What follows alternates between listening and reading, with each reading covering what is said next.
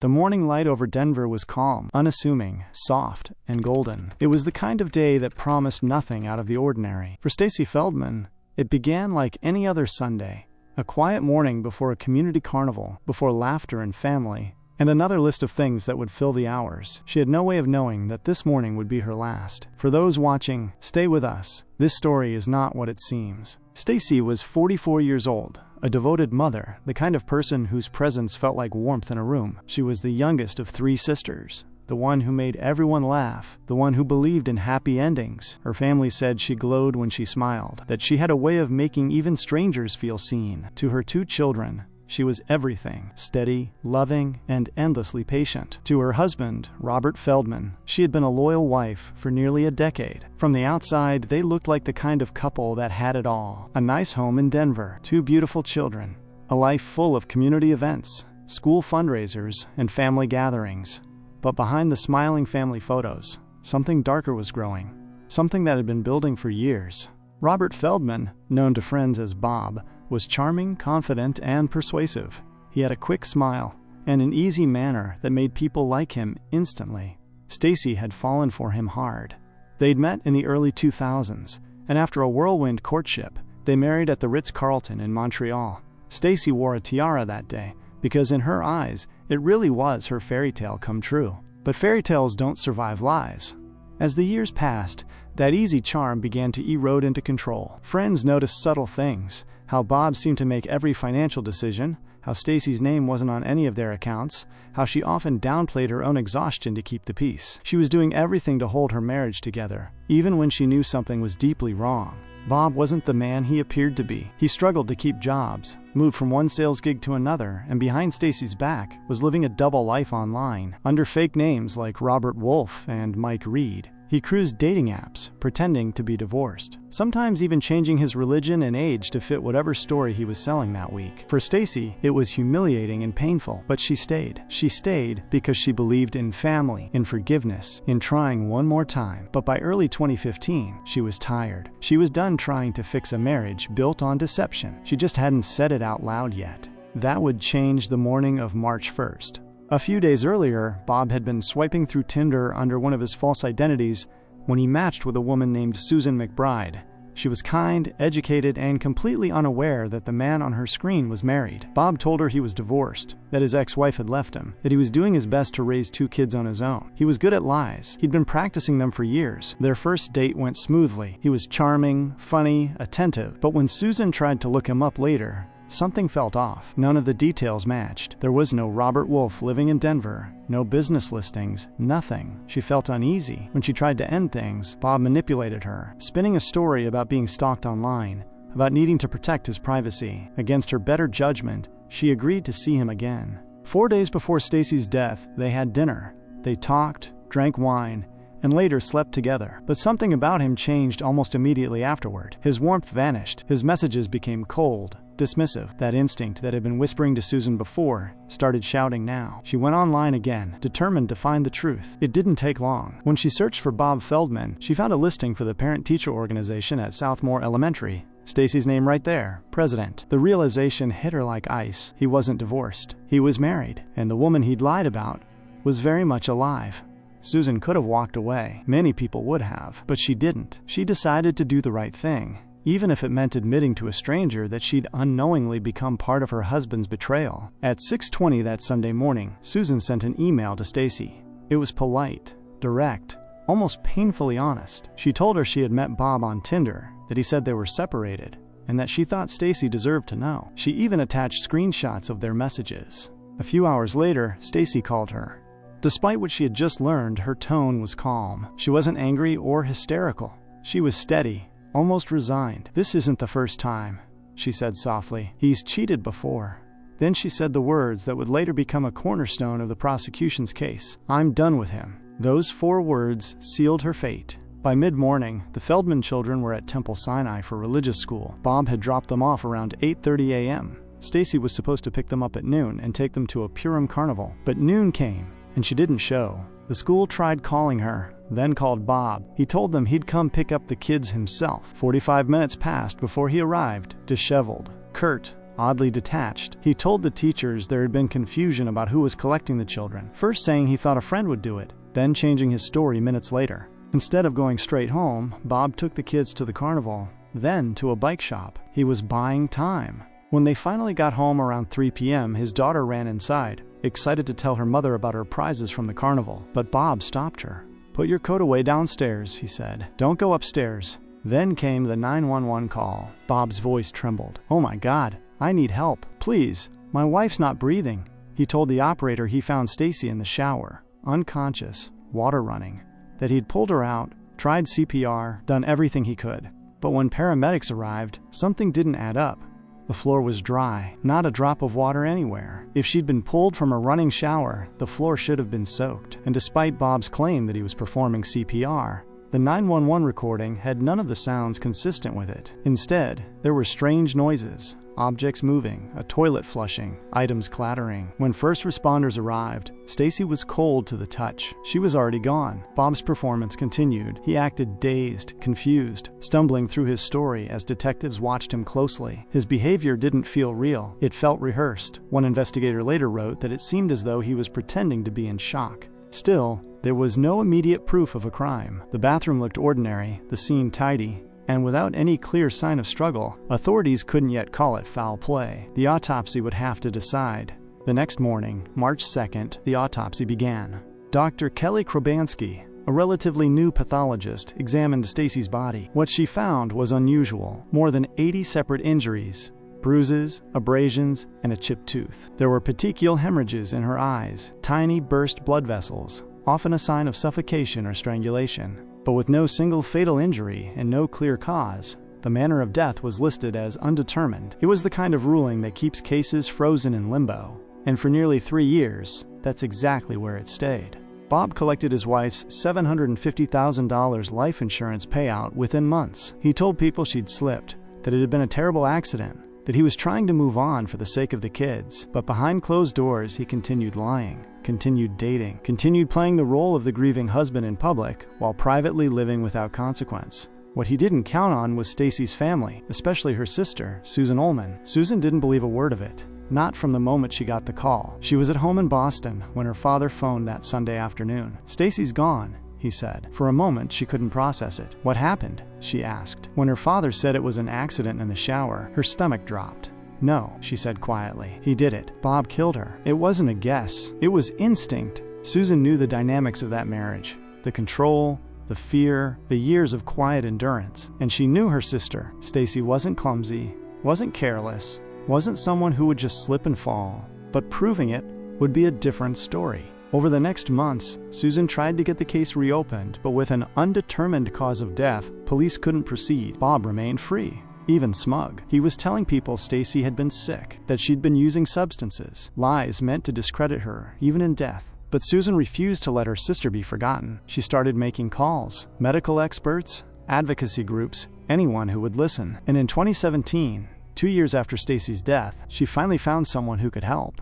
A psychologist relative suggested she reach out to the Training Institute on Strangulation Prevention, a national organization that trains law enforcement to identify cases where victims are killed in ways that mimic accidents or suicides. They connected her with Dr. Bill Smock, a police surgeon and forensic strangulation expert known for his groundbreaking work in domestic violence cases. Dr. Smock had seen this before: staged bathrooms, accidental drownings that weren't accidents at all. He agreed to review the case, and the more he looked, the clearer it became. Stacy Feldman hadn't died from a fall. She'd been attacked. When Dr. Bill Smock began reviewing the photographs, autopsy notes, and police reports, he noticed what everyone else had missed. The bruises weren't random. The abrasions weren't from a fall. They were patterns, symmetrical, controlled, deliberate, the kind that happen when someone pins you down. He saw marks on Stacy's upper arms, consistent with knees pressing into them, defensive wounds across the backs of her hands, hemorrhages around her eyes, small, violent bursts that spoke of suffocation. Even the position of her chipped tooth told a story. She had been struck or forced against something hard. This wasn't an accident. It was a fight for her life. The more he examined the evidence, the more details revealed themselves. There were faint fabric imprints on Stacy's skin, meaning she had been wearing clothes during the attack. And yet, she had been found naked in the shower. That single detail told Smock everything he needed to know. The scene had been staged. Someone had stripped her body, placed her under the water, and created the illusion of an accident. And there was more. Stacy had been found wearing a wristwatch, something no one wears into the shower. There was no water pooling on the floor, no wet towels, no trace of a struggle inside the bathtub itself. Bottles stood neatly in place, untouched, except for a few conveniently knocked over, as if someone had deliberately disturbed only what needed to look believable. In short, it was theater. Bob's theater. Dr. Smock spent months compiling his report. When he was done, it was devastating. His conclusion: Stacy Feldman died from a violent assault, a combination of suffocation and strangulation. He reconstructed the scene in his mind. Bob likely attacked Stacy in their bedroom after she told him she was leaving. She would have been dressed, maybe still reeling from the morning's revelation. The email, the call with Susan McBride, the decision to end it. Then, rage. A struggle. Her defensive wounds showed she tried to fight him off. He overpowered her, straddled her, his knees crushing her arms as he squeezed the air from her throat. 10 seconds to unconsciousness. A minute, maybe 2, until she stopped breathing. Then silence. Afterward, he had time. He cleaned, repositioned her body, ran the shower, staged the scene. By the time the children were ready to come home, everything was set. It was a chilling reconstruction, and the first time in nearly 3 years that anyone could finally name what had happened: murder. With Dr. Smock's findings, the Denver District Attorney's Office reopened the case. His report became the backbone of a new investigation, one that would finally lead to Robert Feldman's arrest. On February 16, 2018, Bob was taken into custody and charged with first-degree murder. The news broke quickly. Headlines called it the staged death of a Denver mother. Friends and neighbors were shocked. Many had believed Bob's version for years, but behind those suburban smiles, a quiet reckoning had begun. Stacy's sister Susan, who had carried the case for so long, said she felt both relief and heartbreak. "We finally had proof," she told reporters, "but no amount of justice brings her back." Still, the road ahead was long. After his arrest, Bob was denied bail at first, but later released on a $1 million bond and placed under house arrest. He returned to his quiet Denver home, the same one where his wife had died, wearing an ankle monitor and living in the shadow of his own crime scene. Yet even then, he couldn't follow the rules. Investigators discovered he'd been sneaking out for bicycle rides, posting routes online, ignoring court restrictions. He was free, but only because of the system's patience. And while he waited for trial, he found a new way to weaponize what he'd taken from Stacy. He used her life insurance payout, $750,000, to fund his defense. Her death was literally paying for the man accused. Despite public outrage, the Colorado Supreme Court later ruled that HE could use most OF that money, *550,000 for his lawyers. For Susan Ullman, that was almost too much to bear. He took her life, she said, and now he's using her money to defend himself. It's like he's still controlling her, even in death. The years dragged on. Legal motions, delays, hearings. Then came 2020 and the world shut down. The pandemic pushed the trial back again and again. Bob stayed home, living comfortably on bond, while Stacy's family waited. 7 years passed, 7 birthdays. 7 holidays without her voice, without her laughter, without the woman who had been the light of her children's lives. Then finally, in April 2022, the trial began. The courtroom was silent as the jurors filed in. On one side sat Stacy's family, her sister Susan, her mother Dorothy, friends who had traveled across the country to see justice finally done. On the other side sat Robert Feldman, expressionless, dressed neatly in a suit, his face betraying none of what he'd done. Judge Edward Bronfman presided over the case. Prosecutors Maggie Conboy and Carolyn O'Hara led the state's argument. Their strategy was simple: let the evidence and Stacy's body tell the story. Dr. Bill Smock was their star witness. When he took the stand, the courtroom fell completely still. Using a mannequin, he demonstrated how Bob had pinned Stacy down, pressing his knees into her arms, cutting off her air. He explained how the bruises and hemorrhages lined up perfectly with strangulation, how she had likely been alive for nearly 2 minutes during the attack, conscious long enough to realize she couldn't breathe. "Stacy can't tell you what happened that day," Prosecutor Conboy told the jury, "but her body can. And what it tells you is that she suffered a long, brutal, and deliberate assault." Then came the witnesses who gave voice to the timeline. Susan McBride, the woman whose email had set everything in motion, flew in from Italy to testify. She described her brief relationship with Bob, her discovery that he was married, and the conversation she'd had with Stacy just hours before her death. The jury listened closely when she recalled Stacy's calm voice over the phone, the way she said, "I'm done with him." Next came Stacy and Bob's daughter, now 16 years old. Her testimony was quiet, trembling but strong. She described that Sunday morning, how everything had seemed normal. Breakfast, chatter, nothing unusual. The last time she saw her mother alive. Then the 911 call was played for the jury. Bob's voice, frantic, pleading. But as the recording echoed through the courtroom, the prosecution paused. There were no sounds of chest compressions, no gasps, no CPR rhythm, only movement and a faint toilet flush. It was haunting. When the defense took over, they tried to paint a different picture.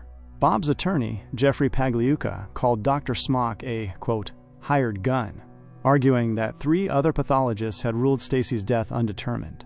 He told the jury this was a tragedy, not a crime, that prosecutors were twisting science into speculation. But the jury didn't buy it. For 9 days, they listened to evidence, to testimony, to the details of a marriage that had turned deadly. And then, after less than 3 hours of deliberation, they returned with a verdict. Guilty, first-degree murder. The words fell heavy across the room. In the gallery, Susan Ullman wept. Her mother, Dorothy, looked directly at the man who had once been her son-in-law and said, "If you really loved your children, you wouldn't have taken their mother. This is all because you couldn't accept the divorce she wanted. You are evil." When asked if he wanted to make a statement, Bob simply said, "No," just silence. After the verdict, Stacy's sister became something of a symbol, the voice of every family that refuses to let injustice win. Reporters called her part of the sisterhood, a group of women whose persistence and collaboration forced a system to listen. There was Susan McBride, the woman brave enough to tell the truth, even when it meant admitting her own mistake. There was Dr. Smock, whose expertise revealed the hidden signs of violence that others had overlooked. And there was Susan Ullman, who never gave up, who kept her sister's case alive long after the headlines faded. Together, they built what prosecutors later called a wall of women, one that no defense could break through. Bob Feldman was sentenced to life in prison without parole. In November 2024, the Colorado Court of Appeals upheld his conviction, rejecting every challenge his lawyers raised. In their 51-page ruling, the judges affirmed that expert testimony could absolutely overturn an undetermined death, that science and truth, when used correctly, are more powerful than deception. He was also ordered to pay over $111,000 to cover his children's therapy. But money can't mend what he broke. Today, Stacy Feldman's name carries more than grief. It carries change. Her case has been used in training programs for police and prosecutors across the U.S., a reminder that not every accident is what it seems, that bruises can speak, that silence can be deadly. Her family created a fund in her memory to help victims of domestic violence find legal aid and safety. Her sister continues to advocate through the Alliance for Hope International, turning loss into purpose, heartbreak into help for others. For Susan, the fight was never just about vengeance. It was about truth, about ensuring that Stacy's children grow up knowing who their mother really was. Strong, kind, full of life. In her final interview after the verdict, Susan said, "I've been fighting for 7 years. 7 years of not sleeping, of carrying this weight. But my sister deserves peace. And now, finally, she has it." When we think of true evil, we often imagine darkness, something that hides in alleys or wears a mask. But sometimes it lives inside ordinary homes, behind white fences and family portraits. Sometimes it looks like a husband, a father, a neighbor. For years, Robert Feldman fooled everyone, but in the end, truth outlasted him. Because Stacy Feldman's story didn't end in that bathroom. It ended in a courtroom where science, sisterhood, and sheer determination stripped away every lie he'd ever told. And when the verdict came, it wasn't just justice for Stacy. It was justice for every woman whose voice was silenced too soon. The story of Stacy Feldman reminds us that love can persist even after death, that one sister's fight can expose a killer, and one woman's courage can protect countless others. In the end, the truth was staged too, not by him, but by them. A truth powerful enough to outlive a lie. Stacy Feldman can finally rest. You found this case as haunting as we did. Subscribe to Unsolved True Crimes, UTC, for more real investigative documentaries every week.